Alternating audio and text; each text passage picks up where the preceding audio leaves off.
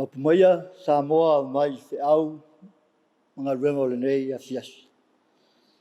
Malole tawata.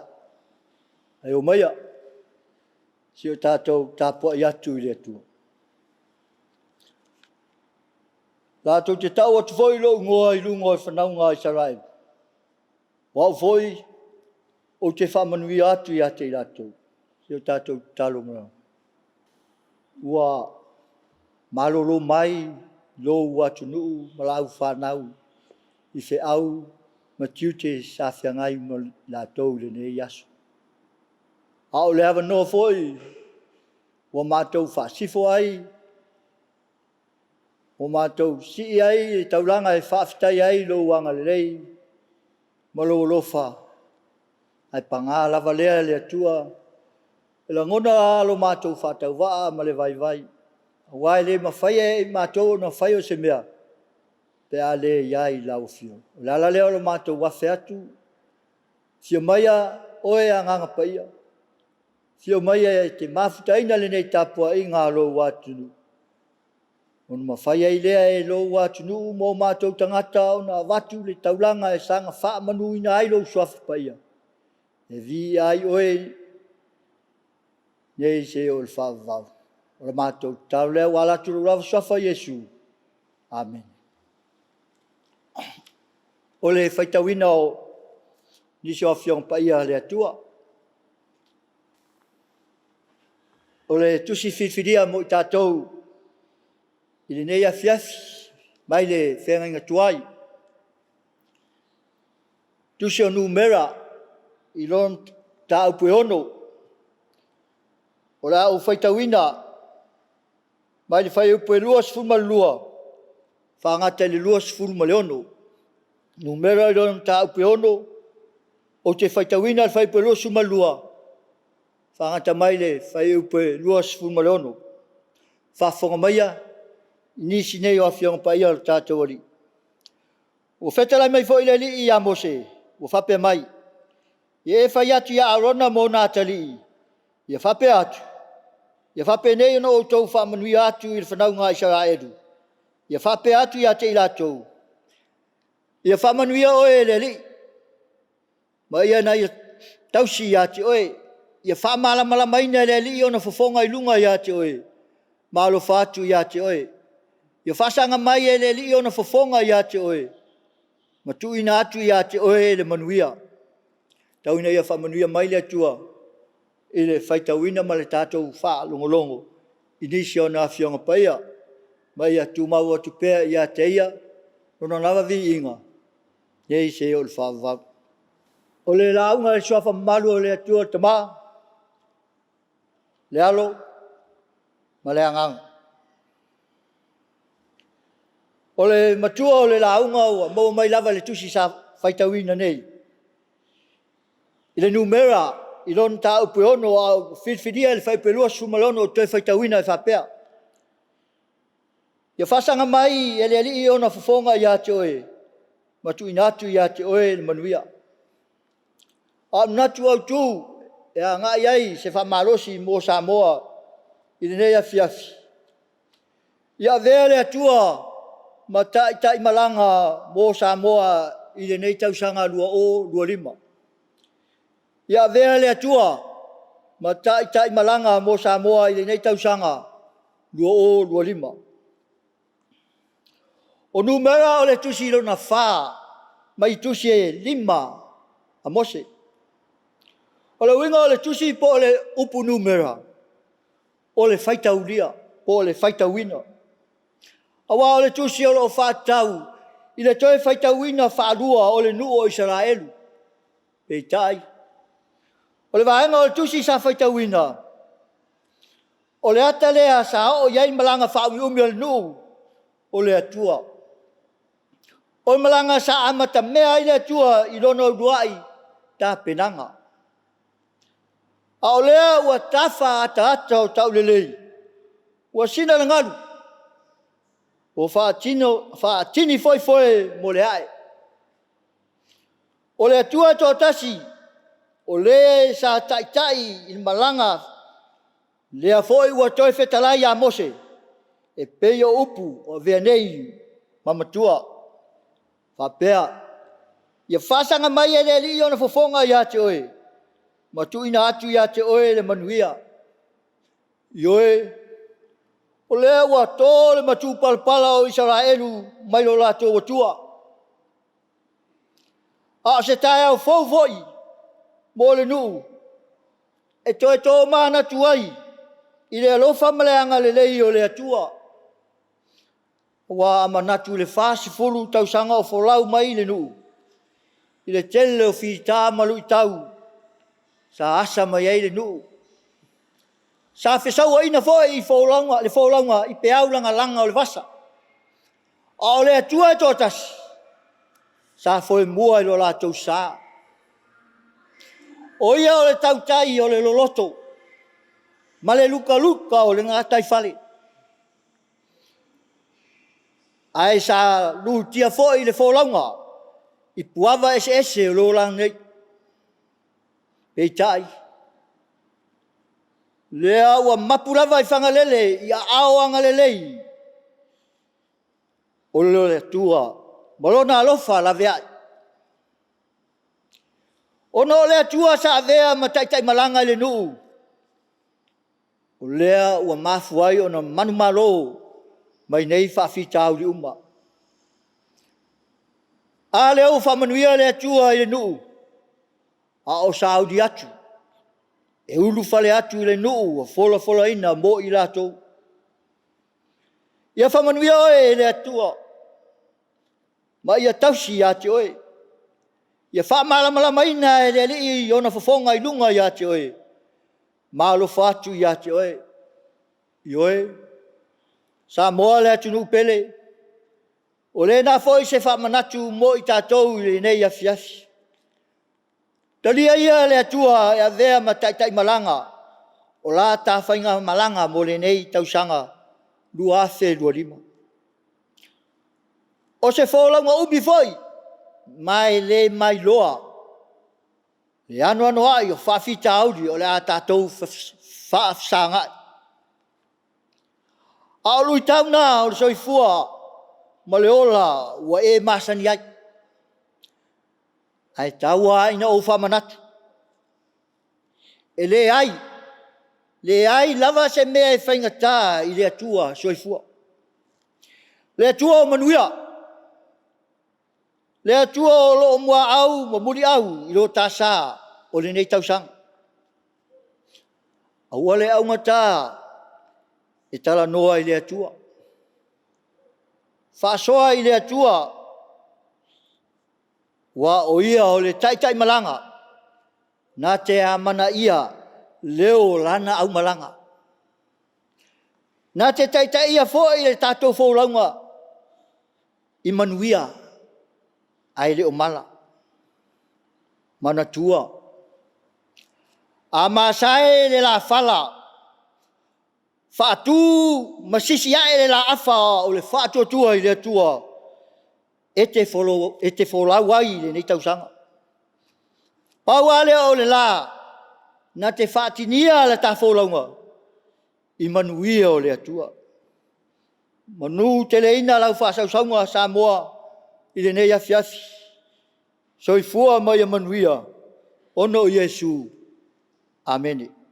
O le pese e se lau whaasifun malvalu le a tātou pese. Se lau whaasifun malvalu vi ingo le atua.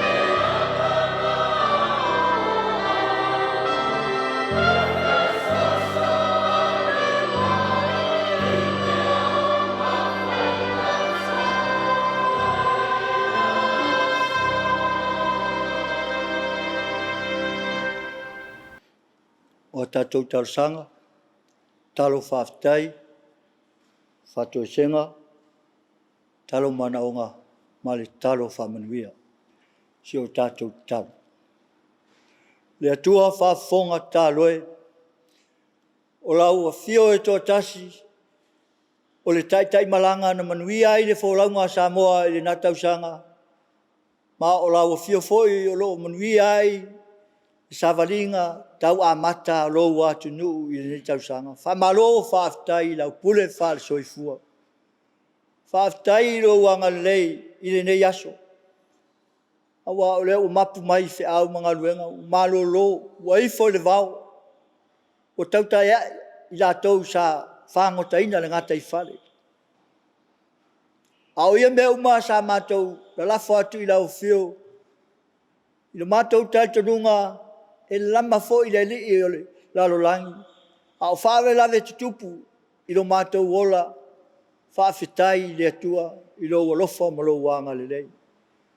Whaataunu ina, whaamoemoenga uma o lo watu nuu malau whanau, i le manuia. O le alalea o le mātou, fie, whai a ele anganga o le whaafetai, sanga vi ai lau whio. Ono tāpenanga o le nei aso o whae uina manuia. Whaafetai, lo wanga lelei, lo watu nuu atoa o Samoa. E re ngata, i taitai whaale malo, e whapefo i taitai o e Kalesia. Taitai o nuu mafio anga. O le lau tele o lo watu nuu se o lava i tupulanga ma whanawiti. Wha malo, whaafetai. Lo e malutia fo i o awanga lei Samoa i la mātou fo launga a mata o le nei tausanga. Mai whaale lave whaale nā tula. Peo na mātou maua le tele o atu nuu. Haafi ai le soifua ma le ola. Ma le tele o mea tōtino. E tae o Samoa i lana fo launga whaafetai a wā o laua fio o vea ma tai malanga. Lo manui ai Savalinga lo watunu. Le tua whaafetai ono o lau tuspaia. A wā mai pēr ia i mātou ro lava whina ngalo. O mātou manatua i ere ai lava se tas le tua. O nā oe o le atua e whamaoni. O le atua e manuia i mea uma mātou te whaia. E fwoi na mātou mori mau i le nei aso. E rei titi le nganga whaafetai fwoi i ngaluenga loa nganga paia. Le nganga oe o maua i le mālosi lilo i mātou. I teimi e whaavaivaia i mātou e le ali o le alolangi. O le ngaluenga le nganga o vea masosoani. Whapena maua i e mātou le poto ma le mamalama. Whaatino ai whi au mga luenga. A mātou whai unga whai ngā whiwhiringa. I le tuu musu mai o le anganga o lau whio whaafetai le atua. A le siria o mea mātou te whia whaafetai ai. Ia te oe whaafetai. Ono o le taulanga ne e saunia ala lo alpelo o Iesu. I lona soifua o foina atoa mo i mātou ma le lalolangi. Le alavana tau nuu. Le wha moe moe, e ala ilona maliu, molona toe soifua manu malo. Ia ia maua e mātou le ola, masanga maua atiti. Au le hawa noa foi e mātou te toa tuli ai lumo lau fio malalo ifo lau sa tauro. I le anganga maua lalo, mātou te wha toe se ai i lau fio. Wha mole mole alofangia lo watu nuu. Wha sifonga Samoa. Wha mangalo a lo watu. Mai lava i maunga te tele. Seo lava i seo pito i titi. Mangalo taitai o lo watu nu. Taitai o e Kalesia. Taitai o nu. Mafio anga. Seo lava i te tonu a inga. No mātou tali tonunga wana o le toto pa ia o Iesu. Na malingi i lunga o le sātauro. Fai lea mo I mātou e māmangalo ai mātou mai leanga māngasau. Mau e fo so mātou ola fe wha mangalo ai. Isi o mātou uso pēna e whinangalo ai Yesu te le ia fio ai. Ala mātou te talo sia lou watu nuu malana sāwalinga ili nei tausanga. O malanga e wha umi. A malanga foi e iai foi. Fi tā le a whea ngai ma lou watu nuu ili nei tausanga. Le atua ele ai se mea whaingita I lau fio. Mātou te wala au a fio mai a lau fio. E vea pēr ma tai malanga o Samoa I lana fōlaunga o le nei tausanga. E manu ai, manui ai mea uma mātou te whaia. Le ngatai tono ainga, tono nu, tono atu nu, lau e kale sia, ia maso o se whaiva mātou whaatino I tono o ngā luenga o le walauina ai mātou. Vea lawa fio, vea mo mātou tai. Le ai lava se si malosi e toi whaasanga tau mai. Ala leo le mātou wala au lau fio. E manui ai mea uma le awhia ngai malou wātunu. Ia, le atua o la mātou te talo. Ia iai le fide mu o lau fio le nei awhiasi. Iai foi nisi o lau whaawau fe au mga luenga, tiuti. Ia iai le anga lei o lau fio. Ma malu mai foi o le nei awhiafi. Sau se I tūlā. Malo lo watunu. Fio maia lao fio. Ina ia mau ai se whainga malo longa fide mu I lo whātasi mai. Al manuia ma le fide mu o e le atua le tama. Le lofa sisiri ese o Yesu Keriso lo mātou ali ma le whaola. Ia lunga lea o lo watunu o Samoa. Ile mal maftanga mafanfanga. Malau lava ngang paia. Mafutai nai pea Samoa. Ele ngatai Samoa nei. A o atunu e mamau. A mata atu nei se yo lava ele whavau lava. Amen.